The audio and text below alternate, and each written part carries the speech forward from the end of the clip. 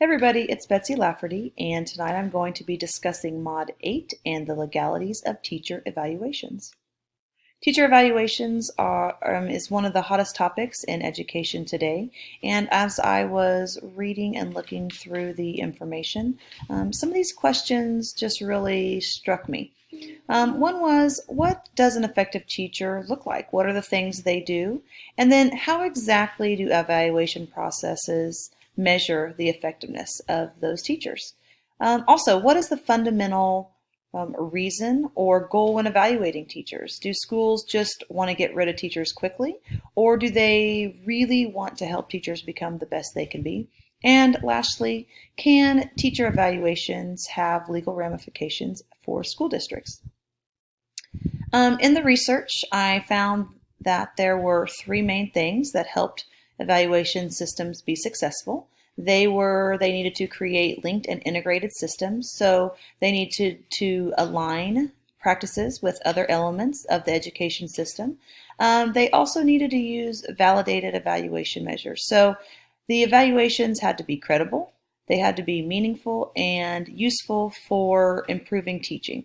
So they needed to use methods that meant something to education and really guided the people who were evaluating to make it worthwhile. And lastly, there has to be an established system of credibility. This means that administrators, staff, teacher unions, and everybody really just has to be on the same page in the design, development, and also revision of systems. What is teacher effectiveness? It seems kind of vague at times, and people have many different definitions, but I think that one of the main things is teacher effectiveness cannot be measured alone. It's not just one thing a teacher does. It is a combination of many skills and techniques that they use. They have to contribute to students' growth and also their learning. Also, it can look at how we perform as teachers on teaching assessments and things of that matter. Do the teaching practices we have align with the desired student achievement? Are multiple students falling behind? Are we keeping all students up to grade level or pushing students beyond that? And also, I think a really big factor is positive student-teacher relationships. How do teachers make students feel? Because if they feel loved and like they belong, oftentimes students will go farther than we think they can. Another question we asked was, what was the goal of evaluation? I believe, and a lot of the research also said that it should be to improve our teachers' skills and teaching practices. We have to determine and provide meaningful training for education. If we just allow our teachers to swim on their own, they're really not going to make the gains and things that we need them to, and also that they will want to make. So we have to make sure that their training isn't just wasted time, but it's meaningful. Is the goal of evaluation at some schools just to terminate teachers? Yes, there are sometimes reasons and it's necessary for teachers to be fired, but I also believe that there needs to be a process where they have a chance to, change what they do or better themselves. And I think a goal of evaluation should also be to improve school culture. If there's a culture of trust, then we're all going to be closer to being on the same page and thinking that evaluation is a really healthy thing and a positive thing too. What are some different methods of evaluation? So reading through all these things, there were multiple measures. Largely in the past, observation was the main method. There wasn't always a lot tied to that. It was just usually the principal coming in, taking a look at what you're doing, and then having a conversation after. Other ways that we can check out teacher evaluations would be to look at student outcomes or student growth. How far have they come from the previous year, and how far are they coming in the current year? Also, we can look at student work, lesson plans of teachers, how they plan, the activities they do. And I think the most important thing is no matter what method we use. An evaluation, in order to be credible and also to be worthwhile, you have to have multiple measures. You cannot just look at one thing a teacher does and expect to find out if they're effective. Looking at all of this, so what is the answer? Where do we need to go?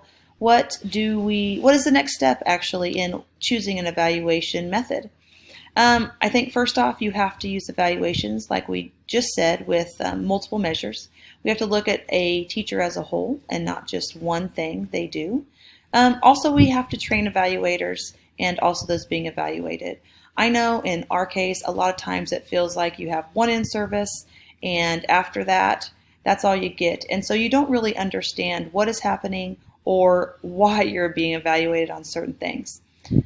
You must develop a culture of trust and respect. If you feel respected by and also respect the person that's evaluating you, I think you're much more likely to collaborate and listen to the things that you can improve on, and it's not just a way to find fault. You have to be consistent and fair. An evaluation can't just happen every once in a while. It needs to be consistently happening at different parts of the day, looking at different things that you do, and also be fair. Give credit where credit's due, and if things need to be worked on, have a positive conversation about how that can happen. And then lastly, you have to find an evaluation method that works for your school. Not all evaluation methods are created equally, and you really have to have buy-in by staff and by the evaluators or administrators in order to make it work. The process at Little River, the USD 444 teacher evaluation process, we use the McCrell tool. We are formally evaluated every 3 years, but we do have yearly evaluations. They're just more informal. You also fill out a goal page, I guess it's called, at the beginning of the year. All teachers will do that. I will say after the first time you fill it out, each year it is just sometimes copying, pasting, and so it might not be a true measure of what we are hoping to accomplish in that year. We also have a new walkthrough tool being introduced.